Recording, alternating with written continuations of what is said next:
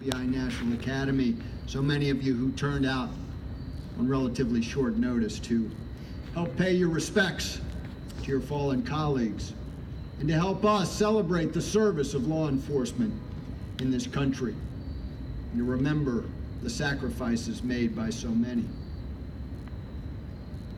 We're surrounded tonight by the names of 21,183 fallen heroes of America, federal, state, local, tribal, territorial officers across these United States who sacrificed their lives for the safety and the protection of others.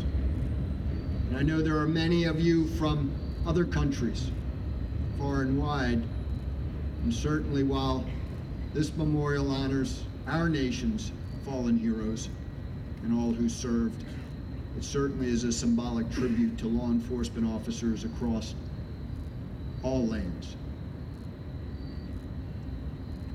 One of the names on this memorial is Cornelius Hogaboom. He was a sheriff in Columbia County, New York. Shot and killed, serving a warrant back in 1791. Known to be the first law enforcement officer in these United States ever to die in the line of duty.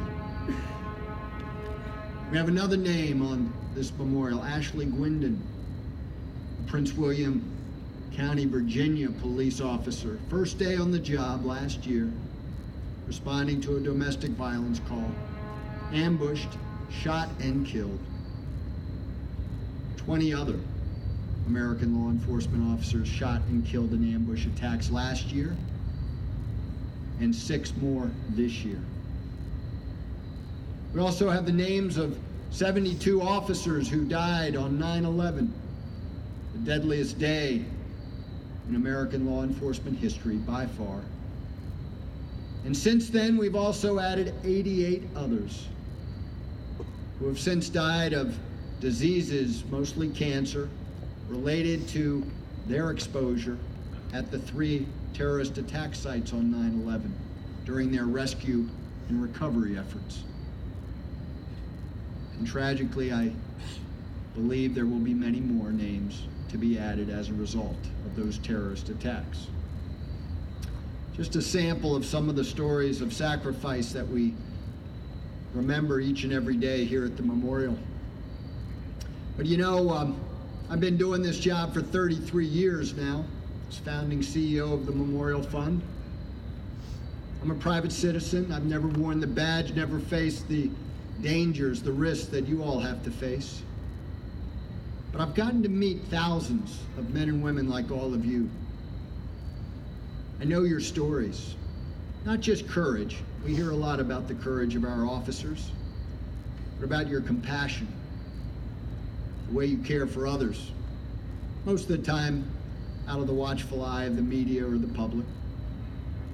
I tell the story often of Mark Angravalley, a Kansas officer who responded to a shoplifting call at a Walmart store in his community, and when he arrived, he interviewed the woman that had been caught stealing about $300 worth of food and clothing.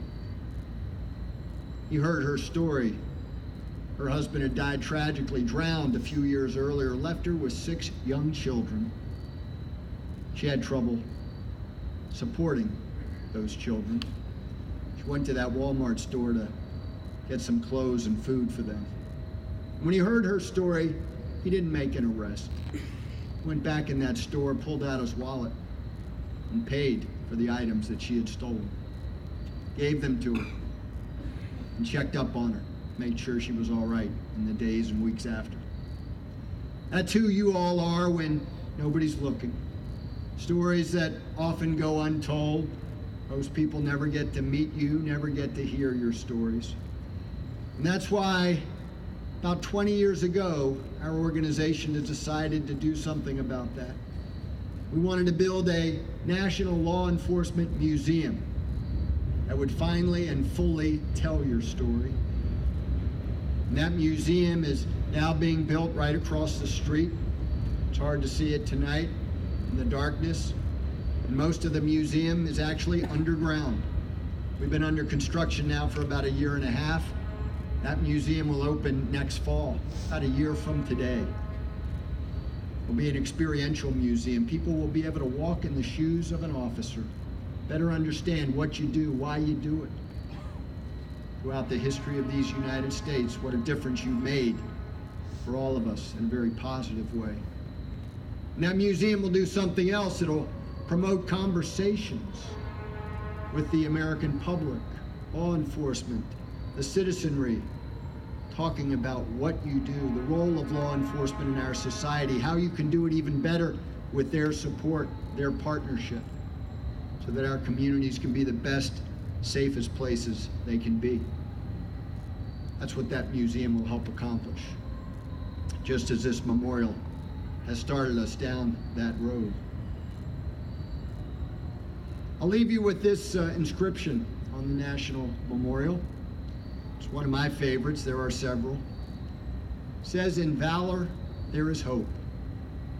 As long as there are men and women among us willing to put your lives at risk for the safety, the protection of others, there is indeed great hope for this nation of ours, for the future of our children." And God bless all of you for what you've done in law enforcement service, the risks you've taken, the sacrifices you've made. And God bless you for everything you do to keep this nation of ours safe. Thank you.